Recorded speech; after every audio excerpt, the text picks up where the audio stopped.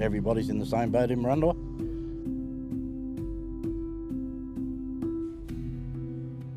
We're more or less getting half the annual rainfall that we're normally getting. The trouble is we're not getting in regular lots. It's a struggle a lot of the times, but you just make do with what you got to do. Anybody knows who's got kids, there's extra washing, which means extra water. Doesn't matter whether it's the kitchen or the laundry. It's just, you just got to be sensible about how you use it. As frustrating as it is, that's all we've got at the moment till we get the pipeline through. It's been this way for near on 100 years. I can't drink it, I can't shower in it. It's just an extra cost that we've got to bear with until we get at least decent regular water, which is, well, hopefully by the end of next year, the pipeline will be in and everybody will be fine. But in saying that, if we don't get rain down in the catchment areas towards the dam, then we're going to have a pipeline with no water running through it here.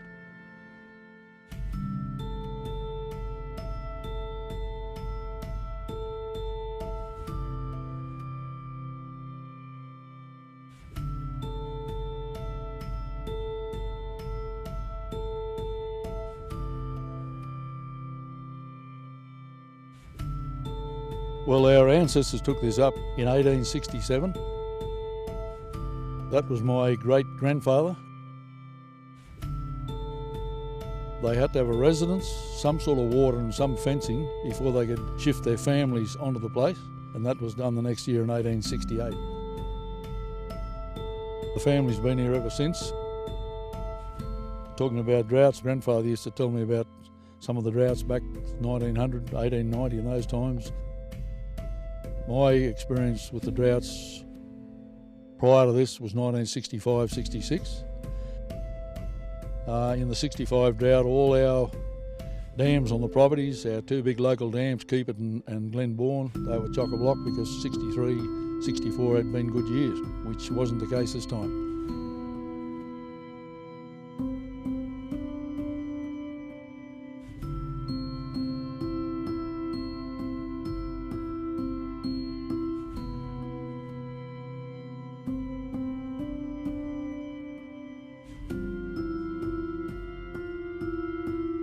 And this is definitely the worst I've ever seen it.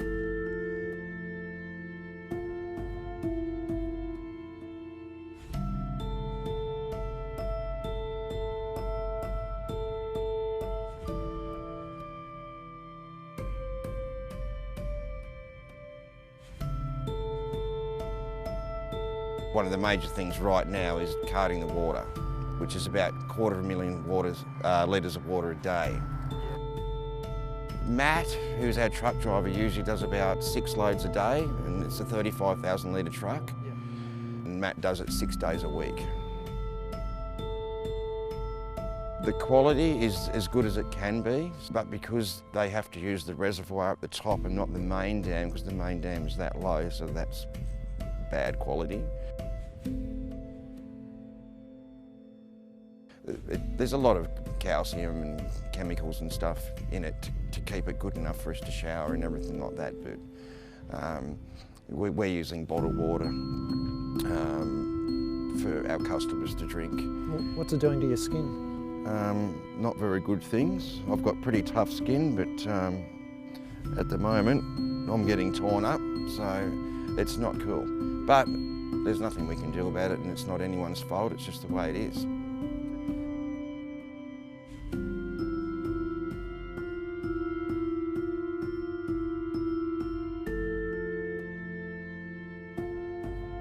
The longer it goes on, we don't seem to see an end to it. That's the hard thing.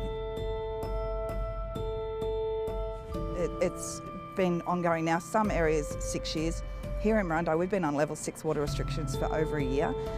The community pull together and they try and save water where they can. The longer it goes on, you know, we get a bit more despondent as to when is it going to rain, when are we going to have to stop trucking water into our town to use. There are families here with, you know, more than 4 people in it, 6, 7, and they have to use the same amount of water as the people who have 1 or 2 in the households.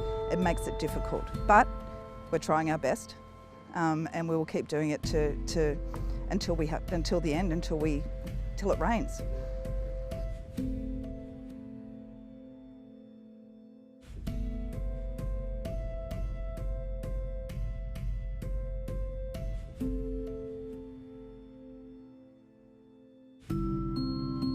We're like watching what we do, so you know, you're down to 2 loads of washing a week, which is pretty hard to do that.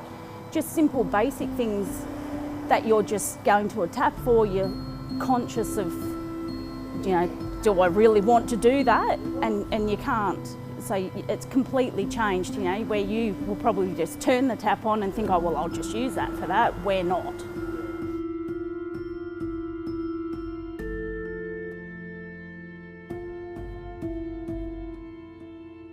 Level 1 water restrictions should be what we live with all the time. So hosing of cement and washing things unnecessarily instead of using other means like sweeping just shouldn't be part of the way we live anymore.